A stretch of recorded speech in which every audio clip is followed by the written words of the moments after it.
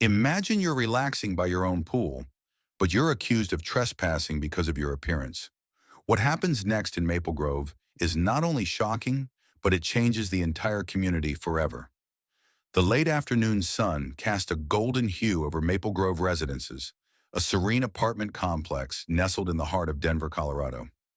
The air was crisp, carrying the faint scent of freshly cut grass, and the rhythmic splashes from the pool provided a soothing backdrop to an otherwise tranquil evening. Rory, a 34-year-old financial consultant, let out a deep sigh as he sank into the lounge chair by the pool.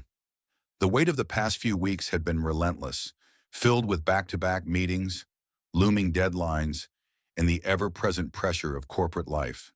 But here, in this quiet moment, with a book in one hand and an ice-cold lemonade in the other, he felt a rare sense of relief. He had lived in Maple Grove for nearly 3 years, but his busy schedule meant he rarely took time to enjoy the amenities. Today was different. Today, he had allowed himself the luxury of stillness. The cool breeze skimmed over the water's surface, rustling the palm trees that lined the patio. The world felt at peace, and for the first time in weeks, so did he. As he turned a page in his book, a small group of residents chattered softly in the distance, their laughter mingling with the hum of a nearby fountain. The setting was idyllic, effortless, exactly what Rory needed to unwind. But then the air shifted. The soft rhythm of footsteps broke the calm. A presence approached a figure moving with purpose, with authority. Rory looked up just as a shadow loomed over his chair. A shadow stretched across Rory's lounge chair, blocking the warm glow of the sun. He blinked up, adjusting his gaze from the pages of his book to the figure standing over him. It was a woman mid-50s, platinum blonde hair styled to perfection, oversized sunglasses perched on her nose. Even without an introduction, Rory recognized her. He had seen her around the complex before, though they had never exchanged words. There was something about the way she carried herself entitled, expectant, commanding. She didn't offer a smile. She didn't even introduce herself. "Excuse me," she said sharply, tilting her head as if sizing him up. "Do you live here?" Rory sat up slightly, caught off guard by the directness of the question. "Yes, I do," he replied, keeping his tone neutral. The woman, Luna, as he recalled from brief encounters, narrowed her eyes, skepticism etched into every feature. "Really?" she pressed. "Because I've never seen you before." The words hung in the air, heavy with unspoken insinuations. Rory felt his stomach tighten, but he refused to let it show. "I've been living here for almost 3 years," he said, resting his book on his lap. "Apartment 207. Luna pursed her lips, clearly unsatisfied with his answer. "If that's true," she said, folding her arms, "then you should have your key card. Let's see it." The demand was so sudden, so absurd, that Rory almost laughed. But there was nothing humorous about the way she stood rigid, expectant, as if she truly believed she had the authority to interrogate him. A familiar weight settled in his chest. He had been here before, not in this exact moment, not in this exact place, but in experiences that echoed the same underlying doubt, the same misplaced suspicion. He exhaled slowly, keeping his voice calm. "I don't need to show you anything," he said simply. "If you have an issue, feel free to contact management." Luna's face flushed with indignation. "Oh, I will," she snapped, yanking her phone from her bag. "I'm calling security right now." A few heads turned. Other residents, lounging by the pool, began to notice the exchange. Some exchanged quiet glances. Others subtly pulled out their phones. The air grew heavier, thick with an unspoken tension. Rory leaned back, gripping his book. He wasn't looking for a confrontation, but it seemed Luna was determined to create one. Luna paced a few steps away, phone pressed tightly to her ear, her voice sharp, authoritative, loud enough for everyone around the pool to hear. "Yes, I'm at the pool, and there's a man here who refuses to show proof that he lives here." A pause. "No, I don't recognize him. I'm certain he doesn't belong." The words sent a cold ripple through Rory's chest, but he kept his expression unreadable. He had heard variations of this before. The weight of assumption, the unearned suspicion, the unspoken message. "You don't belong here." A few residents had stopped their conversations, their eyes flickering toward the unfolding situation. Some looked uncomfortable, some curious, but no one spoke up. Rory could feel the pressure mounting, but he wasn't going to play into it. He exhaled, setting his book down, keeping his movements slow, deliberate. Luna, he said evenly, her name rolling off his tongue with calculated calm. She turned slightly, still gripping her phone. You could have just asked the leasing office instead of assuming I don't live here. Her face tightened, the muscles in her jaw flexing. People like you always think they can just do whatever they want, she muttered, just loud enough for him and the closest bystanders to hear. The words hit with precise intent, each syllable laced with meaning, a small, sharp knife of a phrase, meant to cut deep without drawing blood. Rory felt his jaw clench. His pulse quickened, but still, he refused to give her the reaction she wanted. Instead, he simply tilted his head, studying her. People like me? He echoed, his voice controlled, measured. Luna looked as if she might say more, but at that moment, a uniformed security guard appeared at the entrance to the pool area. He was young, probably mid-20s, and the moment his eyes landed on Luna, he seemed to straighten instinctively, as if sensing which side held authority in this moment. She waved him over triumphantly, as if she had just won some invisible battle. Thank goodness you're here, she said, gesturing toward Rory. This man refuses to leave. He claims he lives here, but I know he doesn't. The guard's gaze flickered toward Rory, uncertain. A hush settled over the pool area, and just like that, the weight of proof fell on Rory's shoulders.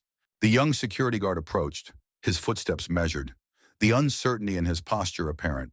He glanced between Luna, her stance rigid with self-righteous certainty, and Rory, who remained seated, his expression unreadable.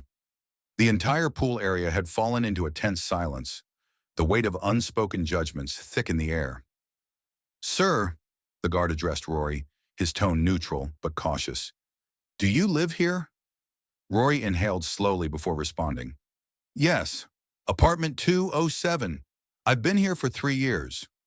The guard hesitated, clearly unsure of how to proceed. Luna, however, seized the moment. If that's true, then he should have his key card, she interjected, her voice sharp. Ask him to show it. Rory let out a slow breath, his fingers tightening slightly around the book still resting in his lap. He could feel every eye on him, waiting to see his next move. He had a choice, give in to her demand or stand his ground. He chose the latter. I don't need to prove anything to her, Rory said, his voice steady. If you need verification, check with management. The guard shifted awkwardly. It was clear he had been thrust into a situation he hadn't been trained for, torn between appeasing a longtime resident and maintaining neutrality. Sir, do you have your key card with you? He asked, more hesitantly this time. Rory sighed and reached into his pocket, pulling out his wallet. With an air of deliberate calm, he flipped it open, revealing his key card and driver's license. Here you go, he said, holding them up for the guard to inspect. The guard leaned in, checking the address on the ID against the information in his system. After a few seconds, he nodded, visibly relieved. That checks out, he confirmed, handing Rory's items back. Sorry for the trouble, sir. Luna's face contorted in disbelief. Wait, you're just going to take his word for it? She demanded. The guard straightened his posture, his voice firmer this time. Ma'am, he provided proof of residency. There's nothing else to discuss. A murmur swept through the pool area. A few residents exchanged knowing looks. Others whispered among themselves. Rory could feel the shift happening. For the first time since this began, Luna wasn't in control anymore. A hush fell over the pool area. The air, once filled with murmurs and judgment, now crackled with an almost tangible shift in power. Luna stood frozen, her face flushed with a mixture of disbelief and frustration. She had expected an easy victory, a validation of her assumptions. Instead, she had been publicly proven wrong. Then a voice cut through the silence. Enough is enough. All heads turned toward the far side of the pool. A woman elegant in a light blue sundress, silver hair swept back neatly under a wide-brimmed hat, rose slowly from her lounge chair. Diana. She wasn't just any resident. She was a pillar of the community, a woman who had lived in Maple Grove for over a decade. People respected her, listened when she spoke, and now her sharp eyes were locked on Luna. I think it's about time someone spoke up about this nonsense, Diana said, her voice even, but firm. Luna's expression flickered defensive. wary. "I don't know what you're talking about," she said quickly. Diana took a step forward. "Oh, don't you?" she challenged. "This isn't the first time, Luna, and we're tired of it." A ripple of acknowledgement passed through the onlookers. A few nodded. Others exchanged glances. "Last week, you accused the delivery guy of loitering because he was taking his break in the parking lot," Diana continued. "A month ago, you called security on a family moving in, claiming they looked suspicious.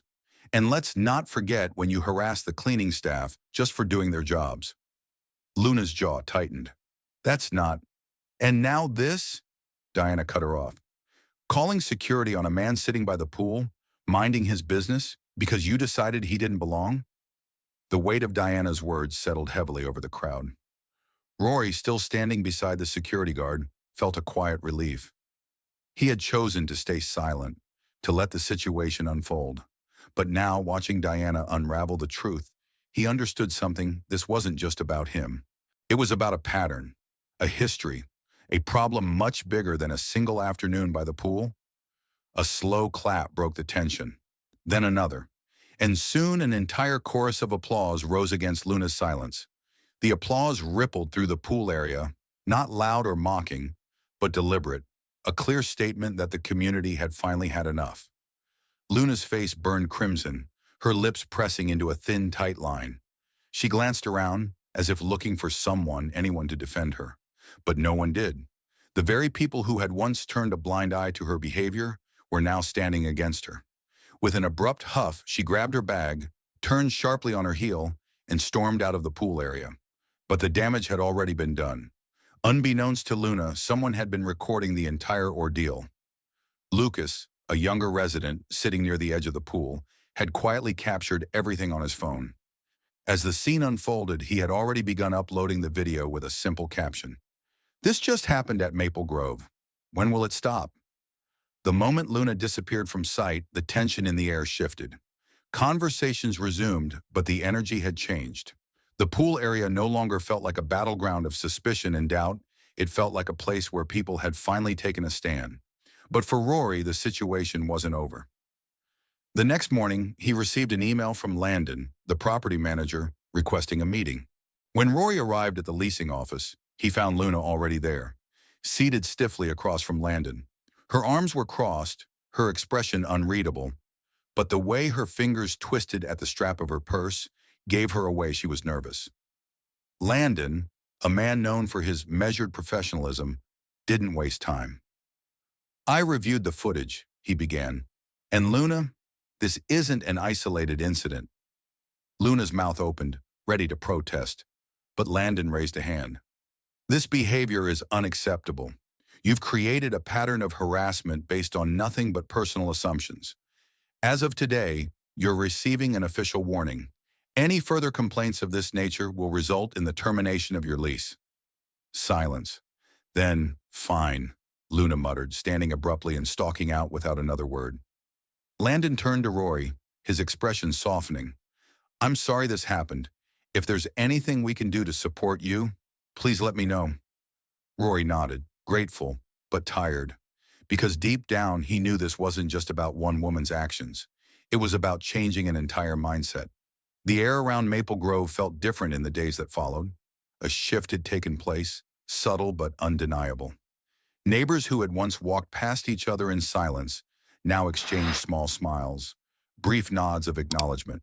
The tension that had quietly existed, the invisible walls of doubt and hesitation had begun to crumble. For Rory, the change was most evident in the way people looked at him now. Not with suspicion, not with uncertainty, but with recognition. One afternoon, as he passed through the courtyard, a young woman stopped him. "Hey," she said, offering a hesitant but genuine smile. "I saw what happened at the pool.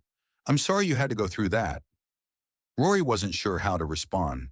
He wasn't used to being the center of something larger than himself. "Thanks," he said, nodding. "If you ever need anything, just, let me know," she added before heading off. It was a small moment, a brief exchange, but it meant something. It was proof that things were changing. Diana, ever the force of nature, sensed the shift too. We can't just let this be a moment, she told Rory over coffee one evening. We have to make it mean something. And so, an idea was born.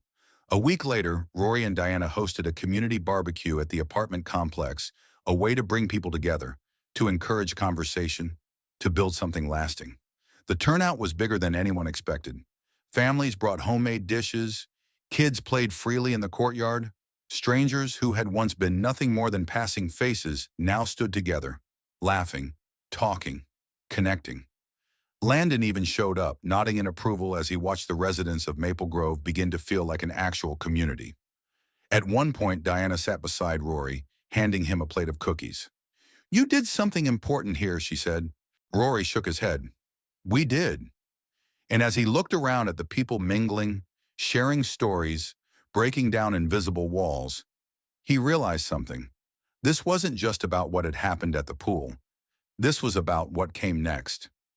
As the last guests from the community barbecue drifted away, leaving behind only the soft hum of laughter and the lingering scent of grilled food, Rory sat back and exhaled. He hadn't expected any of this, not the confrontation at the pool, not the viral video, not the shift in the community. But now, as he watched the final embers of the grill glow softly in the night air, he realized this moment meant something. Maple Grove had changed, not in a grand dramatic way, but in small, meaningful shifts. Neighbors who once avoided eye contact now exchanged friendly words in the hallways. Conversations that had never happened before were now bridging the gaps between people. The world outside would forget the incident soon enough. The video would fade, replaced by the next trending controversy. But what mattered wasn't the moment itself. What mattered was the lesson. Diana patted his shoulder as she passed by, her expression warm. "Keep this going," she said. "This kind of change doesn't happen overnight." Rory nodded. He understood now it wasn't just about calling out the wrongs. It was about building something better in their place. And if standing up for himself that day had sparked something bigger, then it had all been worth it. Because change doesn't start with a movement or a protest or a policy. It starts with a single moment of courage. Life is about more than just existing. It's about standing up, speaking out, and creating change. Rory didn't ask to be in the spotlight, but when faced with injustice, his quiet strength sparked something bigger. One moment of courage can break barriers, shift perspectives, and bring people together. Prejudice thrives in silence, but unity grows when people refuse to look away. True change starts in our own communities, in how we treat others, in the choices we make daily. In the end, life isn't about what divides us, but what brings us together. Be the voice that makes a difference.